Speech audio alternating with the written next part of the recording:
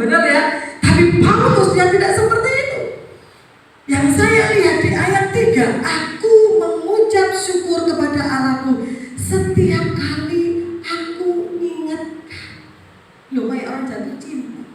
Kita tadi sama-sama baca, dia kangen sama jemaat Filipi, dia rindu. Tuhan, saya belum bisa, saya diskusi dengan suami saya di malam.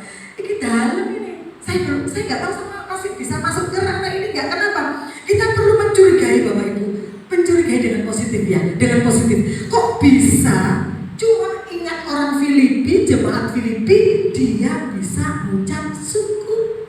Saudara lihat di ayat 5 di situ rahasianya. Aku mengucap syukur kepada Allahku karena persekutuanmu dalam berita Injil mulai dari hari pertama sampai sekarang ini. Saya garis bawah seperti ini, bahwa Paulus senang, dia bangga, dia terkagum-kagum dengan jemaat Filipi sejak mereka percaya, sejak mereka terima, sejak dia mendengar berita tentang Injil dan menjalin suatu persekutuan yang indah dengan Tuhan, dan yang itu membuat dia tuh bangga, dia senang, dia mengucap syukur. Dengan kata orang seperti itu, Paulus lihat orang lain diberkati, dikuatno, dipakai Tuhan, dia mengucap syukur. Dia nggak lihat dirinya menderita.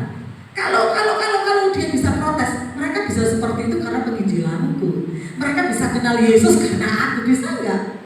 Tapi yang saya lihat Paulus itu, dia kagum dengan orang lain tanpa mengeluh keadaannya. Dia senang melihat orang lain diberkati, dia senang melihat orang lain terima Yesus, dia senang melihat orang lain dipakai Tuhan. Itu Paulus. Gak delok jitok ini, gak delok dirinya. Dari ayat ini saya juga merenungkan apa yang keluarga Pak Budi lagi lakukan. Bapak Ibu, kalau mereka hamba Tuhan, beliau-beliau itu bisa melanjutkan pelayanan sampai hari ini, itu ceritanya memang panjang. Tapi yang saya kenal bulannya sudah lama, jauh sebelum pelayanan di daerah. Kami satu gereja.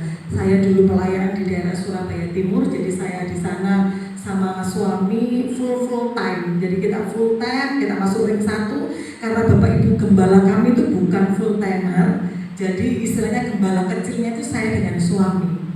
Tapi karena COVID itu tadi gereja kami tutup, dan Tuhan kasih sesuatu yang baru buat kami kerjakan, proyek besar yaitu di daerah. Jadilah sampai sekarang ini, ceritanya panjang. Tapi waktu pertama kali kami kumpulkan pendeta-pendeta di tempat ini, saya rasa itu proyek kami cuma sekali Bapak Bu.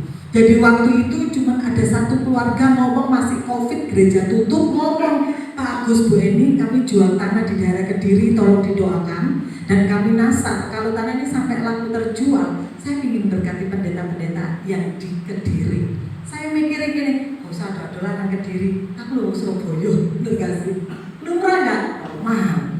Tapi dia nasar seperti itu. Dan singkat cerita COVID, saya mikirnya gini, COVID dodol tanah di Surabaya susah, ini tanah berhektar-hektar di Kediri, yo angel toh logika kita.